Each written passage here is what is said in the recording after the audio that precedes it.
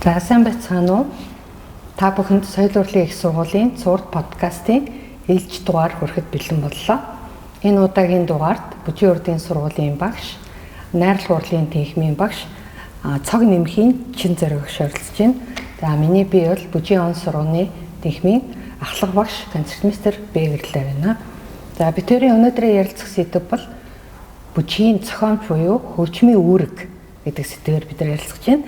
За чин зориг багшаас бүжгийн ердийн хөдөлгөөнөд шинжлэхдээ нэгдсэн нэг хэлбэрт ороод уран сайхны нэг хэмнэлд ороод хүний дотоод сэтгэлийг хөнддөг.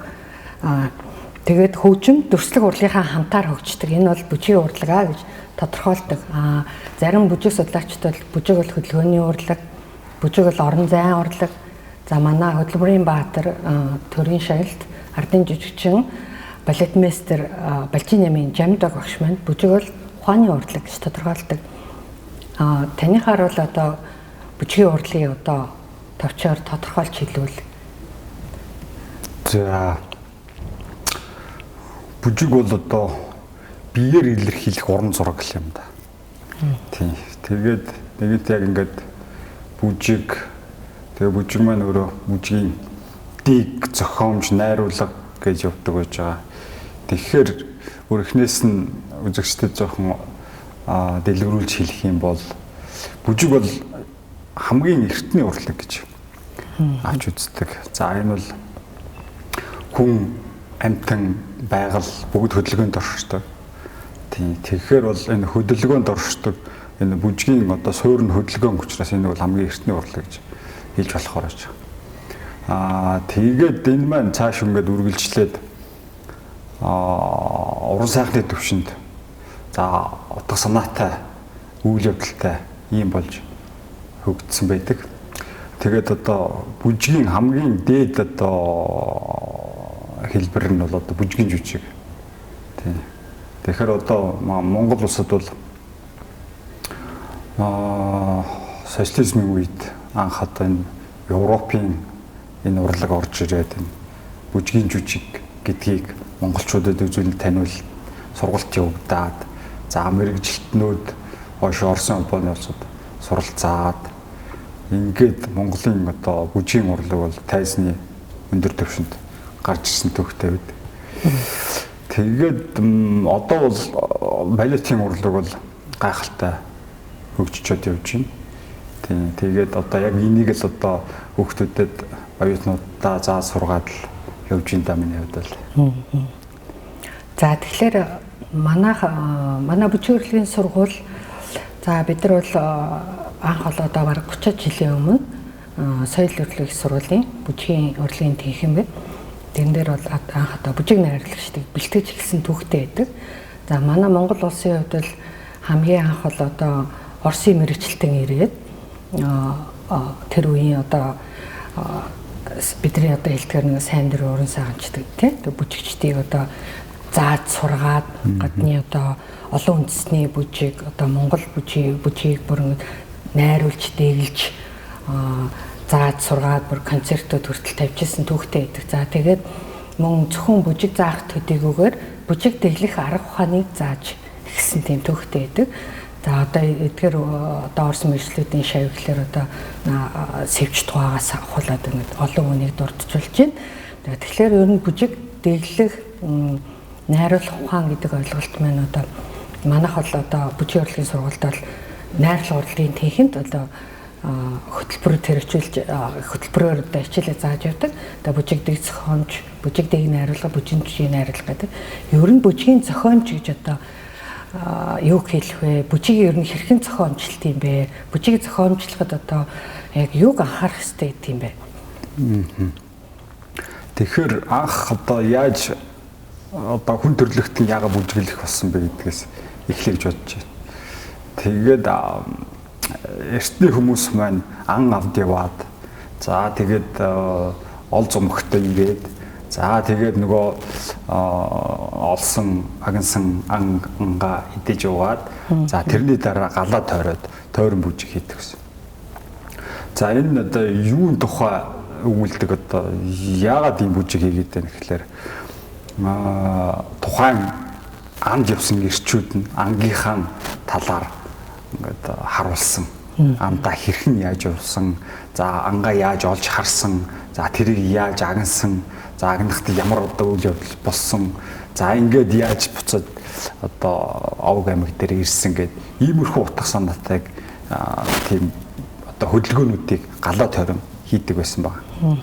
За тэгээд ингээд ирэхлээр одоо нэлээд одоо эртний тэгээд одоо тэр түүний үеийн үед л одоо энэ зохиомжт бүжгүүд хийдэг байсан ба шүү дээ. За одоо яг энэ ингээ уламжлагдаад ингээ явсаар гад одоогийн төвшөнд бол мөн одоо за бүжгийн урлагийг бол хоёр одоо хувааж авч үздэг. За нэг нь болохоор утга санаатай буюу үйл явдалтай бүжгийн жүжиг.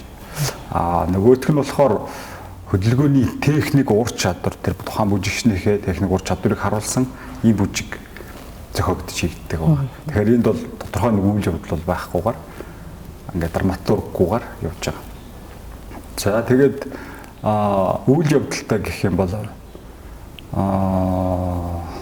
одоо онлайн төвшөнд хэлэх юм бол 5 зарчим байна л та. Тэр 5 зарчмын дагуу одоо зохиомжоо хуваагаад за ингээд зохиомжлдог дэгэлдэг байж. Тэгэхээр энийг бол одоо манай оюутнууд бүжгийн оюутнууд бол яг онлайн хүрээнд сураад за практик төвшөнд одоо дэг зохиомжоо хийгээд ингээд цааш нь дэг найруулга руу ороод тэр бүжгээ найруулад ингээд олон хэсгүүдээс бүрдүүлсэн цомхоо хэмжээний бүжгийн жүжиг хийгээд ингээд сүүлдээ төгсөхдөө бол бүжгийн жүжиг найруулад ингээд нэг бүлэгт бүжгийн жүжиг найруулад төгсдөг гэж байна. Тэгэхээр одоо магадгүй битээр үзэж байгаа бүжигт одоо сонирхолтой цаашдаа бас бүжгийн дэг зохиомж, найруулга, бүжиг дэглээч за балетмейстер болох хүсэлтэй хүмүүс бас үзэж байгаах гэж бодож байна. Тэгэхээр бол одоо манай сургалт одоо яг Европын за тэр дундаа бүр яг Оросын одоо яг сургалтын хөтөлбөрөөр явагддаг байгаа тийм ээ. Би бол одоо өөрийнхөө сургуулийнхаа одоо найруулгын анги төгссөн оюутнуудаар л аюу бахархдаг. За мэдээж одоо манай Монгол улстай одоо толгойлох одоо энэ балетмейстерүүд бүжиг найруулагчид дэглэгчд бол ерөөсөө бараг 100% манай сургуулийн төгсөгчд гэж би одоо дан бардам хэлнэ. За түүний нэг бол одоо манай чин зэрэг өөрөө манай сургуулийн төгсөгч. Одоо миний бас шеф байгаа. За мөн манай бүжиг дэг найруулгаар одоо суралцаагүй ч гэсэн одоо бүжгийн багшийн анги төгссөн хэрнээ бүжиг дэглээд явж байгаа бас манай төгсөгчд байдаг тий.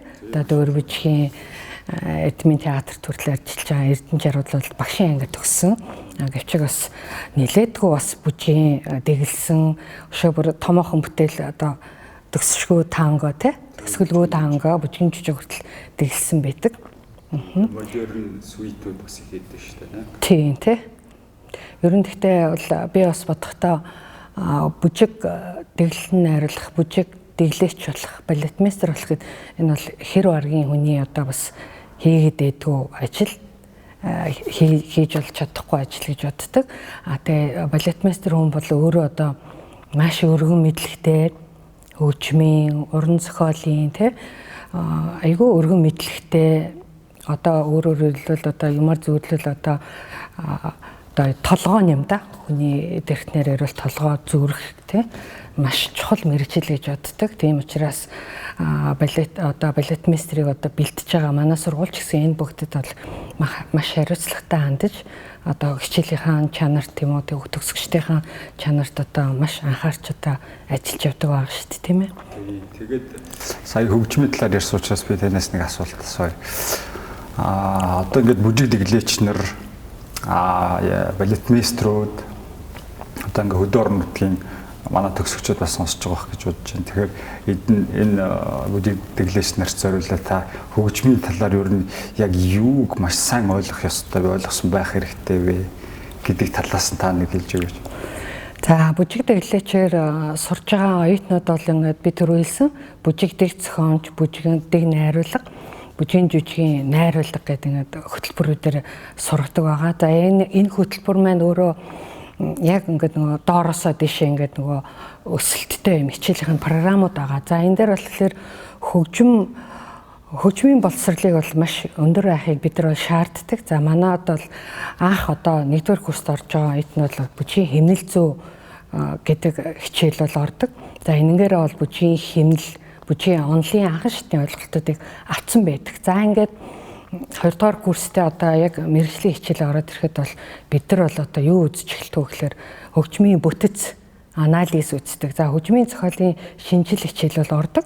За миний бие бол одоо энэ мэргэжлэр сурч байгаа оюутнуудад концертмейстер ажилтгийн хувьд болохоор мэдээж тодорхой хэмжээгээр бол бас анализ давхар зааж явдаг. Тухайн зохиомжид нөхсөн хөгжмөөр бид нар задаргаа хийдэг.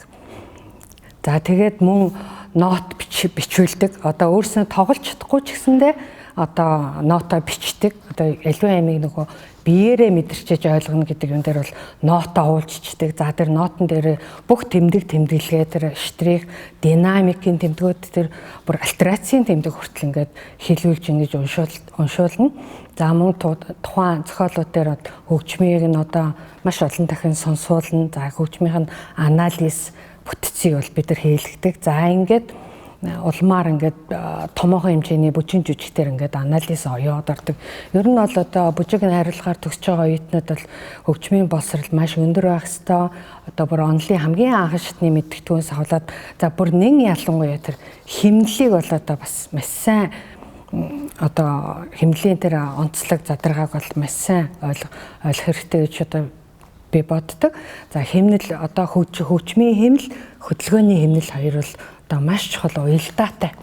Тэг хөгжмийн хэмнэл яаж энэ одоо өргөсөж одоо тий хэмнэлийнх нь өөрчлөлтүүд орж ийн тэр бүгдийг маш соргоор мэдэрч авч бүжгийн зохиомжтой одоо илүү тусгаж авах хэрэгтэй байдаг. За бүжгийн тэр одоо хөгжмийн тэр нюансд хүртэл бүжгийн дэг зохиомжтой одоо маш чухал үүрэгтэй. Тэр кульминац тий кульминацийн тэр сонсож тий. За тэгээд одоо бүжиг бол ерөөсө бас ингээд нөгөө өрний юугаар өсөлтөөр дандаа тэгш тоолттой дийлэнхтэй дэглэгдэг 8.16 тэгэхээр яг л хөгжмийн тактик одоо бүр нэг бүрчлэн тоолж ингэж хөдөлгөөнөө тэмдэглэж ингэж явдаг. Тэр байтхаа одоо таны одоо тэр онлайн хичээл дээр үзчихсэн тэр 16 дугаар зууны үеийн тэр нотны тэмдэглэгээр тэр нотон дээрээ бүр ингэж хөдөлгөөнөө хүртэл тэмдэглээд өөрснөө бүр зурцсан ингэ bijдэг тий. Тэгэхээр хичээлээс бол хэрхэн одоо хөгжимтэй ажиллаж байгаа нь бүр амар харагдж байгаа. За тэгээ өшөө бүр жишээ татах юм бол Оросын алдарт балетмейстер Лев Иванов өөрөө одоо бас хөгжмийн онлын маш өндөр мэдлэгтэй төгөлдөр уур хөгжим бүр маш гайхалтай тоглодог гэсэн тэр агуу төгөлдөр уурч Рубинштейн гэдэг байдаг. Энэ хүн бүр хүртэл гайхшигчсэн тийм түүхтэй мэлээ. За одоо манай бүжигчд маань бүгд мэднэ. Одоо Баланчин тий Баланчин бол бүр 5 настайгаасаа өөрөө төгөлдөр уур хийл хөгжим би суралцж исэн. Бүр партитур оркестрийн партитур хүртэл уушдаг байсан гэж тийм чадвартай байсан. За Фокинос байна. Фокин балетмейстер. За Фокин болохоор мөн адил партитур уншдаг бүр нэг бүрчлэн гэж уншаад бүр маш өндөр тийм хөгжмийн мэдлэгтэй. За Нижинский гэдэг бас балетмейстер энэ өөрөө бүр төгөлдөр уур дээр шууд стилиста тоглодог. За мөн шууд импровизац тоглодог. Гэх мэтчлэн Оросын бол нэлээдгүй юм олон алдартай балетмейстерүүдийн хөгжмийн боловсрол бол маш өндөр байсан. За тэр байтхаа бүр гармоны бодлого боддог. Бүр тийм хөгжмийн найрлал бүр зэмсэг судал тийм судалж бие дааж тийм судалдаг гэсэн маа. За тэгээд манай Монголоос гэхлээр одоо жамд авахгүй хөдөлмөрийн баатар жамд авахгүй болохоор өөрөө бол төгөлдөр уурал төдийлэн тийм сайн тоглож чадахгүй л дээ. Тэгээ би бас олон жилийн цуг ажиллаж исэн хүний хувьд бол гэхдээ ингээд цуг ингээд зэрэгцээ суугаад ингээд тоглоход бол ингээд зэрэгцээд уншаа яваад байдаг. За тэр ялангуяа надаас юу шаарддаг гэхээр тэр хөгжмийн тэр нюансуудыг тэр динамикийн тэмдгүүдийг бүр яг бичгснээр нь гаргаж тоглохыг одоо бүр ингээд төгөлдөр уурчаас машинерийн өндөр шаардлагыг бас тавьдаг. Тийм байдаг. За өшөө бас усын лхаасур ингээд бас бүжиг дэглээч одоо устаа ингээд бүжиг дэглээд тэндээ ингээд амьдэрчсэн хүн тэгээд лхаа сурангуй болохоор өөрөө ингээд бас бүжгийн хөгжмийг бичдэг. Нилээ хэдэн бас бүжгийн хөгжмийг бичсэн. За өөрөө ингээд төлдөр уураа тоглоод бүжигчтэй дасгал өгчдөг, хичээлээ заачдаг. За өшөө бүр удирдаач хийжсэн гэж байна. Тийм байдаг. За өшөө бидний мэдгээр бол одоо манай бүжгийн урлагийн сургуулийн Баярбаатар захирлал одоо бас морин уур хөгжмөд нь төлдөр уур дарна тийм. Гэхдээ яг заавал одоо өөр ямарваа нэгэн хөгжим одоо тоглож одоо сур гэж байгаа юм биш. Ер нь бол хэдий тоглож чадахгүй ч гэсэндээ ноот хараад уншичдаг маш өндөр бидлэгийг бүр шаардна. Энэ хэрээрээ бол одоо манай найрлагчид бол бүгдээрээ одоо тоглож чадахгүй ч гэсэндээ зарим найрлагч маань бол одоо хөгжим хараад дагаад уншдаг, одоо сонсоод анализ бараг гэж тийм хэмжээнд угаасаа байдаг шүү дээ. Тийм. Тэгээд найруулгын хувьд бол хөгжмийг бас дөрвөн янзаар авч үздэг гэж байна. Тэгэхээр эхнийх нь болох юм бол яг хөгжим сонсож хөгжмийн темп хэмнэлд тааруулж хийдэг. За мөн одоо хөгжмийн тэр тийм хэмнэлийн дундуур гэж бас авч хийдэг.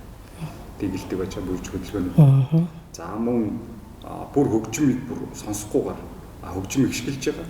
Тэгээд ерөнхий тэр темаг нь бариад ингээд яг тэр нөгөө хэмнэлийг нь бол авахгүйгээр ингэж бас дэгэлдэг байж. За тэгээд дөрөвтг нь болох юм бол бүр хөгжимгүйгээр бас хийдэг гэж байна. Гэхдээ энэ бол сүүлийн 3 нь бол яг хоо нэлээд мэрэгжлийн өндөр түвшинд хүрчээд тэгээд сонгож байгаа хэлбэрүүд байж байна. Ер нь бол хөгжим бол одоо тий бүжгийн бус салшгүй нэг зүйл.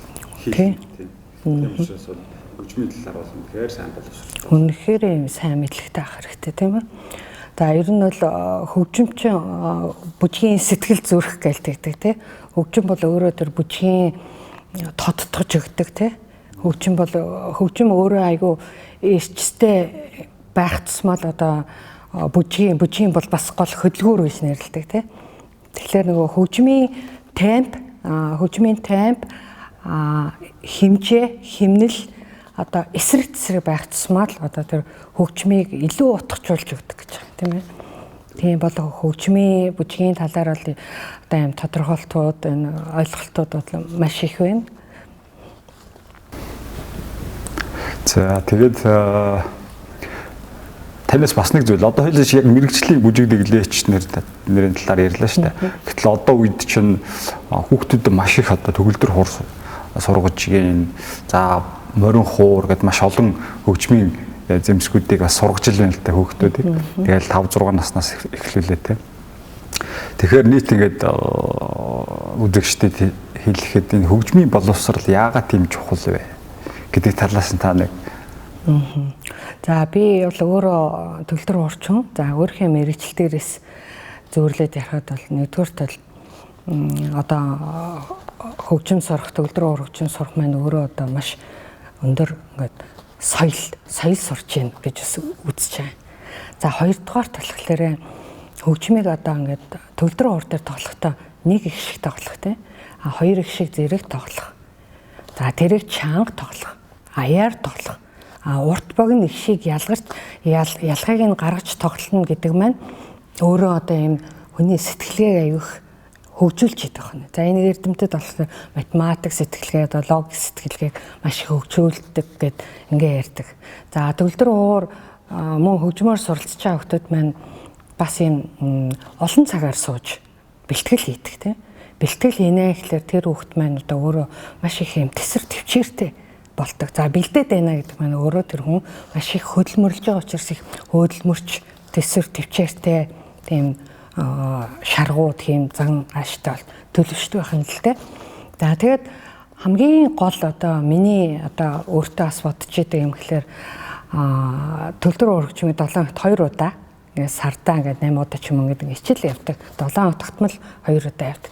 За тэгэхээр яг энэ давтамж маань хүүхдийг ингээд нөгөө айгүйх машин системтэй болгодог юм байна л да. Одоо би ганц хөгжим тоглоод тэр гой сайхан бүтээл тоглож байгаагаас илүүтэйгээр тэр нөгөө хичээл ороод тэрийг давтж байгаа тэр системтэй тэр үйлдэл нь тэр хүнийг айгүй юмд юм тууштай болгодог. Энэ одоо хамгийн чухал юм бас хүүхдийн өмчлөлт хэрэгтэй маш их зөв юм болж төлөвшөлт нь маш их тусалдаг хамгийн гол юмыг би энэ системтэй үйл ажиллагаа гэж хэлэх гээд байгаа байхгүй. Тэгэхээр ер нь ганц төгөлдөр уур гэлтгүй ер нь аливаа хөгжмөөр хичээлэх мэдээж адилхан те одоо үндсийн хөгжмөөр хичээлэх бусад бүх төрлийн хөгжмөдөр хичээлэх бол яг ийм системтэй хичээллэх нь өөрөө тэр хүүхдийг хөгжүүлж тууштай, тэсэр төвчээртэй, хөдөлмөрч, мэдрэмжтэй болгодог байгаа байхгүй. Тэгэхээр хөгжимч гэлтгүү бүжгийн урлагаар хичээлж байгаа хүмүүс хүртэл би одоо өөрөө бас олон жил одоо бүжгийн урлагт ажиллаж байгаа үед бол ингээ анзаараад хаад маш эмгцэгцтэй, дүрм журамтай, айгүй хариуцлагатай юмд одоо маш цаг барих тал дээр бол тэгээд юм дэг журамтай одоо бүжгийн урлагийг бол хагас сэргчлэлтийн ингээл бас зарим бүжигчд хэлдэг шүү дээ.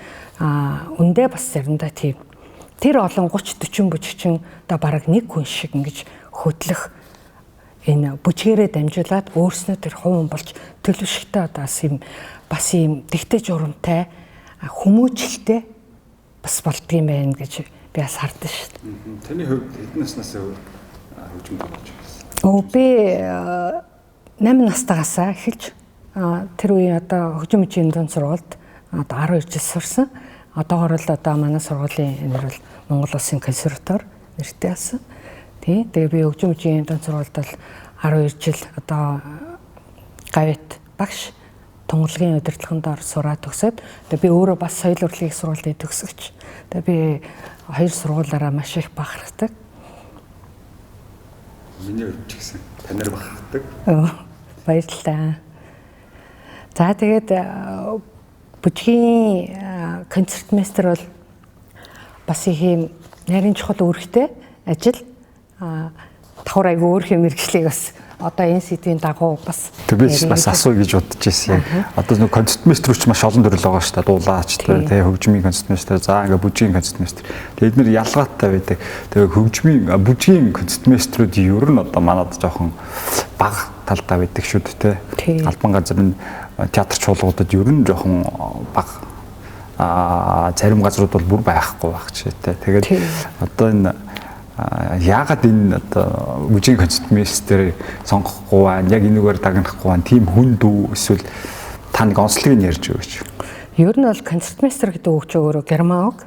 Одоо тэргүүлэх, чиглүүлэх ч гэсэн утгатай герман үг байгаа. Тэгэхээр концертмейстер гэхээр ганц төгөлдөр уурч гэж ойлгож болохгүй. За концертмейстер гэхээр симфони оркестрт концертмейстерүүд байна шүү дээ. Одоо тэр бүхэл бүтэн оркестрийн бас концертмейстер гэж юм. Тэгээд тэрнгөө хөгжмөөр бас концертмейстерүүд байдаг. Энэ хүмүүсийг бас концертмейстер гэж нэрлэдэг. Нөгөө нэг ойлголт нь болохоор одоо төгөлдөр уурч тэ үнийг концертмейстер гэдэг энэ бол одоо яг нарийн мэргэжлийн одоо олон жил сурсан төгөлдөр уурч юм байгаа шүү дээ. За тэгээд концертмейстер өөрөө дотроо дуулаачийн, хөгжмийн, бүжгийн гэж чиглэгдэж ажилладаг. За мөн одоо ер нь бол төгөлдөр уурчаар төгсчөөд тэр хүнд одоо багшлах эсвэл өөрөө тоглоод концертмейстерээр ажиллах, тэгээд концертмейстерээр ажиллавал яг аль чиглэлээр ажиллах уу гэд бас сонголт тулгардаг. Тэгээ энэ бол одоо концертмейстерээр ажиллая гэж байгаа хүнд бол одоо өөрийнхөө одоо хүсэл сонирхлын дагуу дуртай чиглэл рүү л одоо орж ийн гэсэн үг шүү дээ. Тэгээ миний хувьд бол бас одоо дуртай байсан учраас одоо бүжгийн концертмейстер рүү орсон ба. За ер нь бол бүжгийн концертмейстер бол сургуулийн тэгээ театрын концертмейстер гэж хоёр хуваагдж ажилладаг. Театрын концертмейстер болохоор мэдээж одоо бэлэн дандаа жүжигчтэй ажиллана. Одоо томоохон бүтээлүүд бол их хөгжимд нь бас их олон цагаар сууж одоо бэлтгэл тоглолтын өмнө бол 3-4 цагаар суух бол тэдний хувьд бас энэ үхэнд шүү дээ. Сургуулийн одоо бүжгийн сургуулийн концертмейстер гэхэлэр одоо өөрөө тоглоно. За мөн адил одоо манай мэргэжлийн онцлог бол бас их олон цагаар одоо маш бага минутын завсарлагатаар ингээд одоо аюу олон цагаар сууж ажилладаг. Тэгээд их төсвөр төвчээр шаардсан ажил л та. Тэгээ сургуулийн концертмейстер болохоор одоо өөрснөө зөвхөн тоглох төдийгүй одоо тэр ирээдүйн одоо бүжигчдийг сургууль мөчлөг үйл ажиллагаанд аюу идэвхтэй оролцдог. Тэ багшийн өөр давхар гүйцэтгэж явж идэг. Тэгээд эдгэрт одоо ойлгохгүй мэдэхгүй хөгжим талаас нь бид нар одоо бүхэл одоо талаар нь тусалж ойлгохгүй мэдхгүй юм дээр нь тусалж дэмжих гэсэн айгүй олон үйл ажиллагаатай. Ер нь бол бүжгийн концертмейстерээр ажиллах бол одоо ер нь бол бас сайхан л да. Хэдий ингээд хэцүү ч гэсэн. Тэгээд бүжгийн концертмейстер бол бусад одоо дуулаачийн хөгжмийн концертмейстерүүд одоо ингээд өөрийнхөө нотыг дуулаачийн ингээд хөгжмийнхаа партаа давхар хараад одоо чихээрээ сонсож явдаг. Бүжгийн концертмейстер бол одоо нүдэрээ нөгөө бүжигчнээ давхар харж явдаг.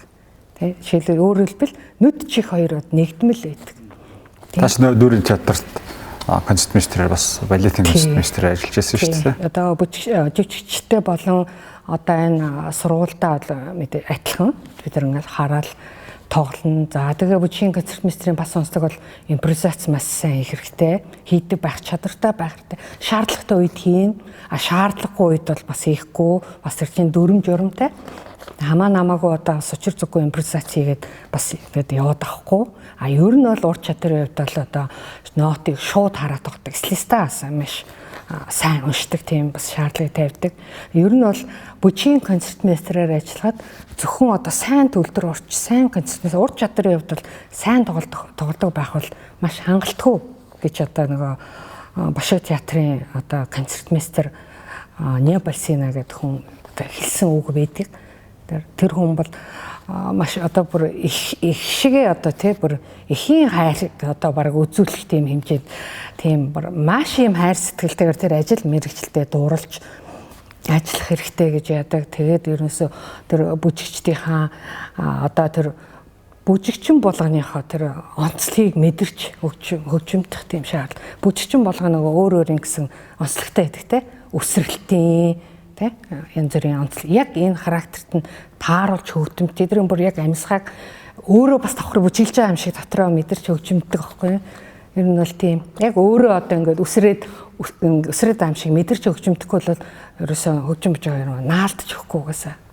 Тий одоо бүжигчнэр зарим бүжигчд бол маш одоо өсрэлтийн техник сайтай байдаг шүү дээ тий. Тэгэхэд агаар дээр тэр тогтод тэр хөдөлгөөнийг хийж яхад концертмейстер бол яг хараад бас яг харж агаад яг буухтал нь ингээд зэрэг бууж хэвээр. Тэгэхээр чинь бид нар ингээ байнгын бас нот хараад авахгүй. Ер нь бол их нот бол цээжинд бас байх хэвээр. Жамд авахгүй нэг яриад одоо 1960-70-аад оноор ингээд онд бол зөвлөх холбоот улсын их мундаг Бошоо театрын тэр нэлээд мундаг тийм концертмейстерүүд ирж ажиллаж исэн маа тий. Масманова, Гельферт гэдэг. За эдгээр концертмейстерүүд бүр ингээд бүх клавираа бүр ингээд бүтэн балетын клавираар нь цээжилсэн. Тэгээд тийм цээжээр тоглодог байсан гэж байна. Тэгэхээр ингээд бүжгийн концертмейстер бол одоо ихтэл цээжээр яагаад гэвэл нүд бол өөртөө харж шít. Тэр бүжигчдийг харж ийн тэр хүн бүжигчдийнхаа одоо бүх л одоо яг өөрөө мэдэрч тоглохын тулд одоо нот хараад байх бол бас цаг цав байхгүй. Тийм зарим ч яг одоо манай бүжгийн урлагийн сургуулийн концертмейстерүүд бол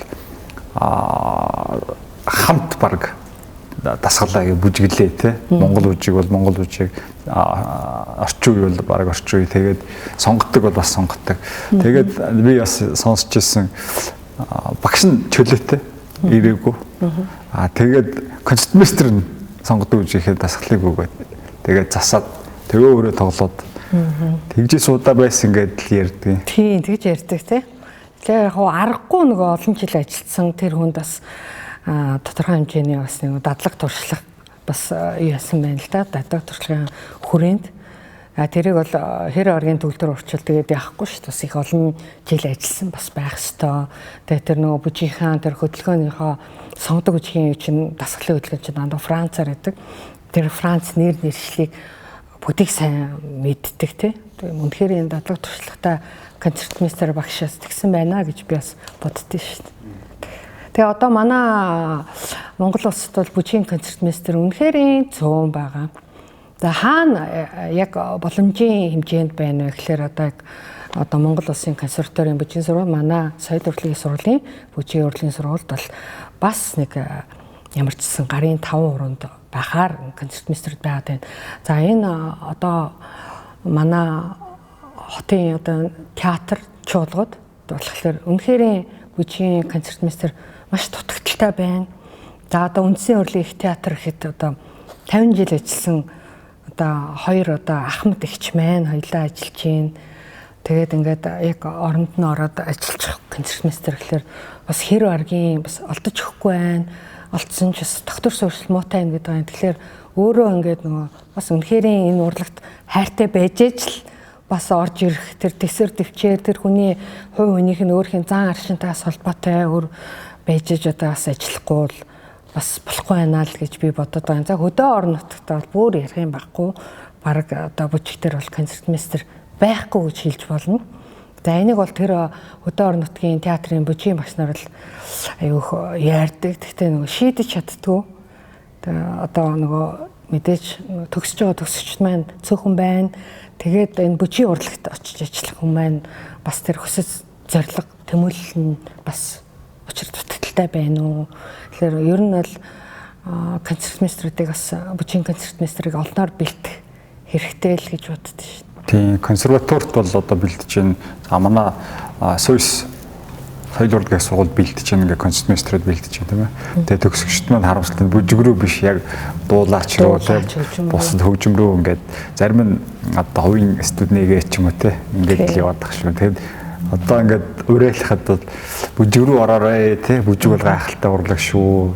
Та нар бол одоо хаанч ажиллахад нээлттэй ажилламаар байж байгаа шүү гэж хэлмээр тийм. Тийм үнэхээр бүжиг урлаг маш гайхалтай урлаг, хүний сэтгэлийг баясгасан, гоо зүйн таашаалыг өгсөн бүжиг өөрөө нөгөө хөгжим төрслөг урлагтай хамт оршуулахлаар ерөөсөө хөгжмийн бүжгийн тэр төрслөг урлагийн бүхий л одоо тэр гоо зүйн таашаал мэдрэмжийг хөндөгдөг маш сайхан урлаг. Тийм учраас бүжгийн урлагаар одоо хичээллээрээ бүжиг дээг найруулагчаар суралцж байгаа одоо авьяас бэлэгтэй одоо ирээдүйн одоо оюутнуудаа одоо манай сургуульд тавтаа морилно гэж урьж байна.